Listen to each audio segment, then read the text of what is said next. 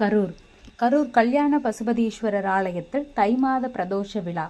நந்தி பகவானுக்கு அபிஷேகம் மற்றும் சிறப்பு அலங்காரம். ஏராளமான பொதுமக்கள் கலந்து கொண்டு சுவாமி தரிசனம் செய்தனர். தென் தமிழகத்தில் புகழ்பெற்ற அருள்மிகு ஸ்ரீ அலங்காரவள்ளி ஸ்ரீ சௌந்தரநாயகி உடனுரை ஸ்ரீ கல்யாண பசுபதீஸ்வரர் ஆலயத்தில் தை மாத பிரதோஷத்தை முன்னிட்டு நந்தி பகவானுக்கு எண்ணெய் காப்பு சாற்றி பால், தயிர், பஞ்சாமிர்தம், தேன், நெய், இளநீர், எலுமிச்சை சாறு, திருமஞ்சள், மஞ்சள், சந்தனம், அபிஷேகப்பொடி, அரிசி மாவு, பன்னீர், விபூதி உள்ளிட்ட வாசனை திரவியங்களால் சிறப்பு அபிஷேகம் நடைபெற்றது. அதைத் தொடர்ந்து ஆலயத்தின் சிவாச்சாரியர்கள் நந்தி பகவானுக்கு பட்டாடை உடுத்தி வெள்ளிக்கவசம் சாத்தப்பட்டு பல்வேறு வண்ண மாலைகளால் அலங்காரம் செய்யப்பட்ட பிறகு உதிரி பூக்களால் நாமாவளிகள் கூறினார்.